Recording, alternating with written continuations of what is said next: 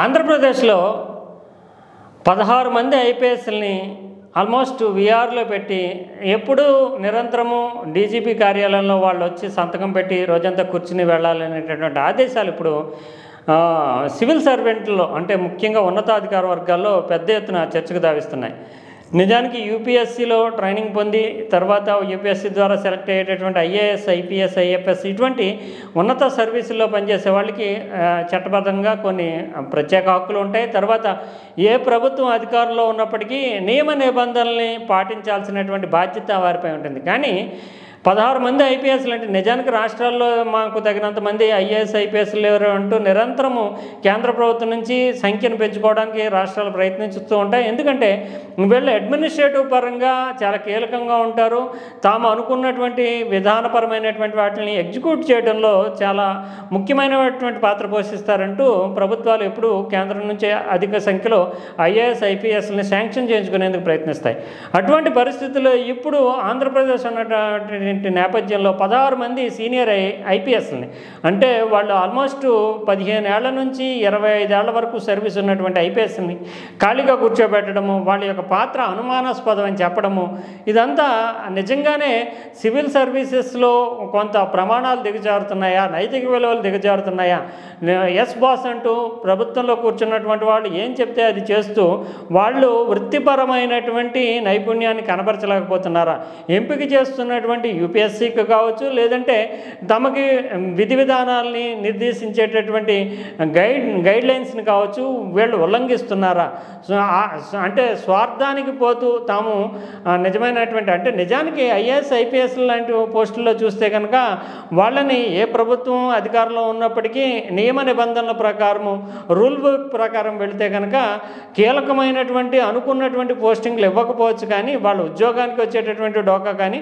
వాళ్ళ పొజిషన్ కంటే వాళ్ళ స్థాయిని, పదోన్నతుల్ని నిరోధించేటటువంటి, నియంత్రించేటటువంటి, నివారించేటటువంటి అధికారం రాష్ట్ర ప్రభుత్వాలకు సైతం ఉండదు. అందువల్ల కేవలము తాము అనుకున్నటువంటి కీలకమైనటువంటి పోస్టింగుల కోసము వీళ్ళు సాగిల పడడం అనేది చాలా కాలంగా జరుగుతుంది. కానీ వైఎస్ఆర్ కాంగ్రెస్ పార్టీ హయాంలో మాత్రం ఇది ఎక్కువ అయిపోయింది.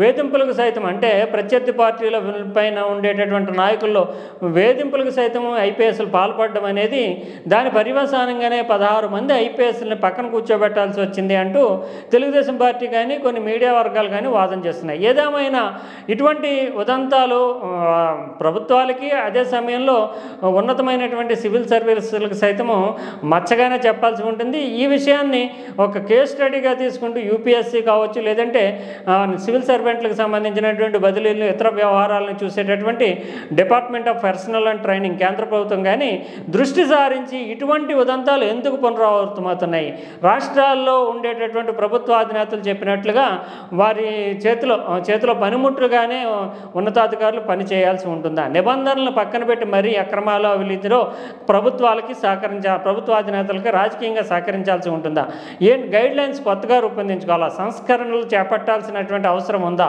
సంస్కరణలు చేపట్టకపోతే కనుక వీళ్ళు ఐపీఎస్లో, ఐఏఎస్లో వల్నరబుల్ పొజిషన్లోకి వచ్చేస్తారు. అంతేకాకుండా ఈ క్రెడిబిలిటీ అంటే ఈ సర్వీసులకు ఉండేటటువంటి క్రెడిబిలిటీ సైతం దెబ్బతింటుంది. ఇప్పటికి ఆంధ్రప్రదేశ్లో జరుగుతున్నటువంటి ఉదంతం మాత్రం దేశవ్యాప్తంగా ఐఏఎస్, ఐపీఎస్ అంటే ఆఫీసర్లలో చాలా చర్చకు దారితీస్తుంది.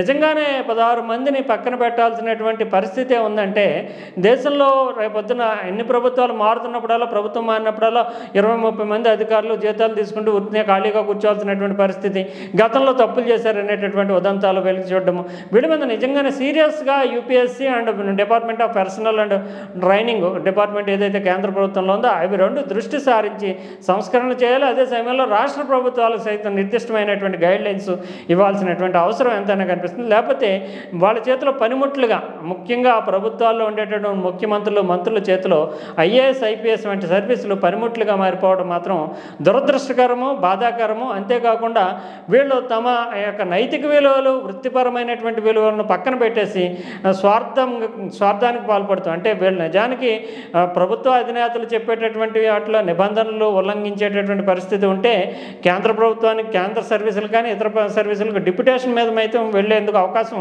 ఈ ఐఏఎస్ ఐపీఎస్లకు ఉంటుంది. కానీ వాళ్ళు దానిని వినియోగించుకోకుండా తాబేదారులుగా లేదంటే వత్తాసుగా మాట్లాడుతూ ప్రభువును మించినటువంటి ప్రభుభక్తి ప్రదర్శిస్తూ వీళ్ళకి అంటే ఈ ప్రభుత్వాధినేతలకి గులాంగిరి చేయడం వల్లనే ఇటువంటి దుస్థితి ఎదురవుతుందనే అభిప్రాయం వ్యక్తమవుతుంది. ఎందుకంటే నిబంధనలు అంగీకరించకపోయినప్పటికీ కూడా ముఖ్యమంత్రుల్ని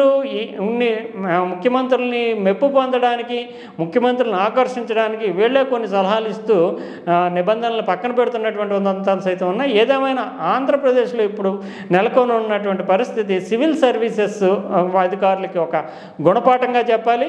అదే సమయంలో కేంద్ర ప్రభుత్వం సైతం అప్రమత్తమై యూపీఎస్సీలో కొత్త సంస్కరణలు, యూపీఎస్సీలో ట్రైనింగ్ ఇచ్చినప్పుడు లేదంటే ప్రతి 5 ఏళ్ళకి 10 ఏళ్ళకి ఒకసారి వీళ్ళని నిబంధనలకు సంబంధించి రివ్యూ చేసి పునఃసమీక్ష చేస్తూ రివిజన్ చేయాల్సినటువంటి అవసరం ఉంది.